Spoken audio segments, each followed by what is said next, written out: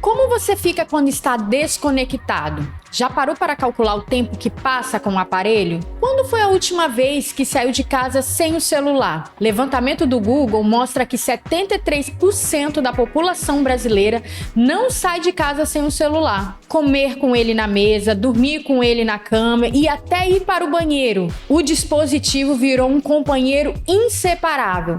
Só que ficar tão conectado pode ser sinal de nomofobia. Já ouviu falar? É o medo irracional de ficar sem o celular. Eu sou Camila Lima e esse é o Fala Doutora, reportagem multimídia produzida pelo jornal A Tribuna. A psiquiatra Letícia Mameri, da diretoria da Associação Psiquiatra do Espírito Santo, é quem vai conversar com a gente sobre o tema. Seja bem-vinda, doutora. Obrigada, Camila. Primeiramente, poderia nos explicar o que é exatamente a nomofobia? Ela já foi classificada como doença? Então, no CID-10, que é o que a gente está usando ainda, né, que é o que está em vigor, a gente não tem ela na classificação de forma específica. Não vai ter escrito nomofobia, né? Mas ela faz parte do grupo das fobias. Então, não deixa de ser um transtorno fóbico como qualquer outra fobia. Medo de barata, pessoa que não desce nem sobe de elevador, e por aí vai, né? Medo de palhaço, tem várias fobias. É apenas uma questão de dependência tecnológica ou existem outros fatores envolvidos? Por exemplo, se eu já tenho um transtorno de ansiedade e aí eu tenho essa questão da dependência, tudo isso se junta? Ou... Então, eu falo sempre que uma pessoa, para desenvolver um transtorno ansioso, ela tem que ter uma base ansiosa. Tem que ter, pelo menos, uma característica de personalidade ansiosa.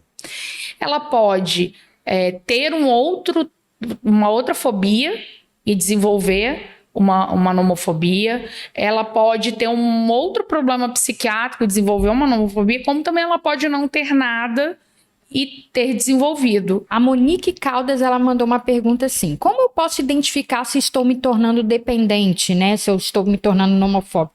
Quais seriam os sintomas mais comuns associados a essa condição? Então, a dependência, ela tem sintomas comuns para todas as dependências, né? A nomofobia, ela não seria bem uma dependência, é um pouco diferente. A gente tem a dependência tecnológica e a gente tem a nomofobia, né? A dependência, ela tem abstinência, ela tem necessidade de doses cada vez maiores, ela tem todas aquelas características de dependências como um todo, inclusive das dependências químicas, né? A fobia, ela já é um pouco diferente. A fobia, ela é um medo irracional de acontecer alguma coisa. Então, esse medo causa muito sofrimento. Então, assim, você não tem razão nenhuma para pensar que você vai ficar sem celular, mas só de pensar em ficar sem, você já começa a se sentir mal, já começa a te dar medo. Já pensa, não, então eu vou comprar um outro, vou ficar com 2 para não correr o risco. Ou eu vou pensar em outra coisa, porque eu não posso ficar sem o celular de nenhuma forma. Tem sintomas físicos, por exemplo, sudorese? Sudorese, taquicardia, a sensação ruim, tipo um buraco no peito. São aquelas sensações de crise de ansiedade. A fobia, ela é uma derivação de um transtorno, ela é um transtorno ansioso, né? Ela é um tipo de transtorno ansioso. E quais seriam esses sinais de atenção? Porque será que todos nós hoje somos um pouco nomofóbicos, doutora? Temos esse medo? Quais sinais de que eu não estou usando o meu aparelho de forma, né, saudável? O que eu teria que ter de sinal de alerta? Então, Camila, as coisas que a gente precisa observar, a grosso modo, tá tendo sofrimento? Quando eu fico sem, eu sofro? Tá tendo impacto funcional? Tá atrapalhando meu casamento? Tá atrapalhando a atenção aos meus filhos? Tá atrapalhando meu trabalho? Tem gente que é mandada embora por causa de celular. Isso aí já são os maiores sinais de alerta, digamos assim. Como que você se sente? Porque quem tem nomofobia, só de pensar nessa possibilidade, já vai começar a se sentir mal. Aí a gente já identifica que é uma nomofobia. Já a dependência, ela é diferente. Ela pode dar até síndrome de abstinência.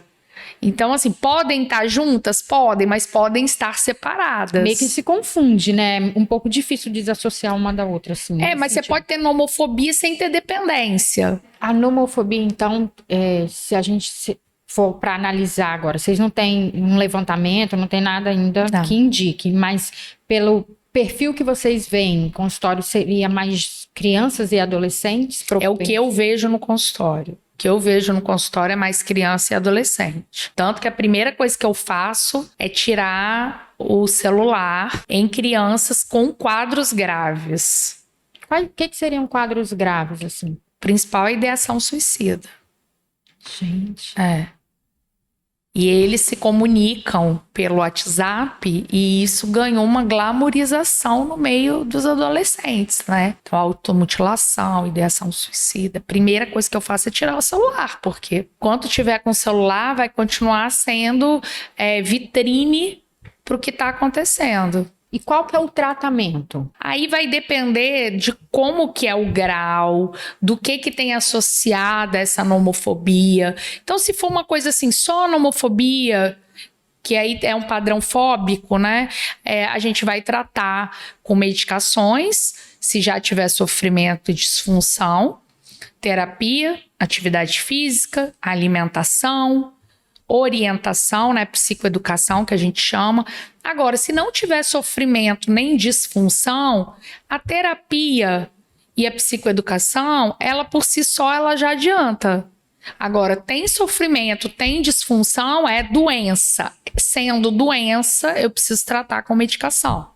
Quais perspectivas que vocês da psiquiatria têm em relação, né, a um futuro próximo sobre a nomofobia? Porque é um termo ainda novo, poucas pessoas sabem, a maioria pode até ter, mas não sabem o que é. O que vocês acreditam que daqui para frente as pessoas vão se conscientizar? Você acha que vai haver um aumento de casos ou as pessoas vão estar mais conscientes desse uso, de que a gente precisa dosar? Eu não sei te falar e a sociedade também não sabe.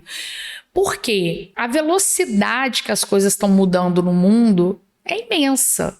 A gente não imaginava que a gente fosse passar por uma pandemia. Sim. Então, quem falou sobre isso em janeiro de 2020, quando chegou em março de 2020, estava errado. Porque foi uma coisa, né?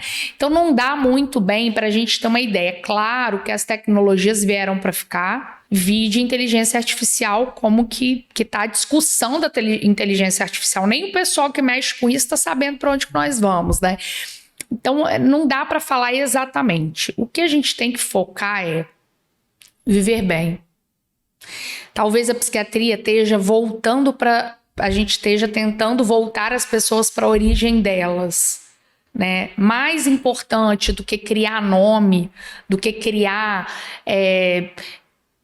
checklist, diagnóstico, mais importante do que isso é as pessoas viverem bem, as pessoas viverem leves, as pessoas se sentirem livres. E tudo que tira a liberdade aprisiona. E a nomofobia é uma delas. Então, assim, o celular, ele pode trazer a liberdade quando ele te dá um monte de vantagens que te deixam livre, como ele pode aprisionar. Mas isso nós temos em tudo. E se não for o celular, vai ser outra coisa, vai ser outra coisa, vai ser outra coisa. Então, se a gente não trata aquele ser humano como um ser integral, se a gente não foca no bem-estar, na qualidade de vida, eu só vou substituir uma fobia pela outra. Então, essa é a mensagem que você deixa, assim, né, para as pessoas. Exatamente, né, essa é a mensagem. Não se deixe aprisionar. Quase tudo que a gente busca pensando que está se tornando livre, nos aprisiona depois. Vide as drogas. Normalmente os jovens, as pessoas vão procurar as drogas porque quer se sentir livre, liberdade, e aí vira um prisioneiro. O celular é a mesma coisa. O celular, ele é um instrumento. Use ele como um instrumento. E não como se fosse uma pessoa, um substituto de um casamento, substituto de um filho. Não, ele é um instrumento, igual um airfryer. É só isso. Então tá bom, doutora. Muito obrigada por ter vindo, esclarecer, falar um pouco, porque eu acho que esse assunto, né, da tecnologia, igual você falou, isso nunca vai sair. A gente sempre vai estar aqui para discutir alguma coisa e é aquilo, usar de forma consciente e saudável.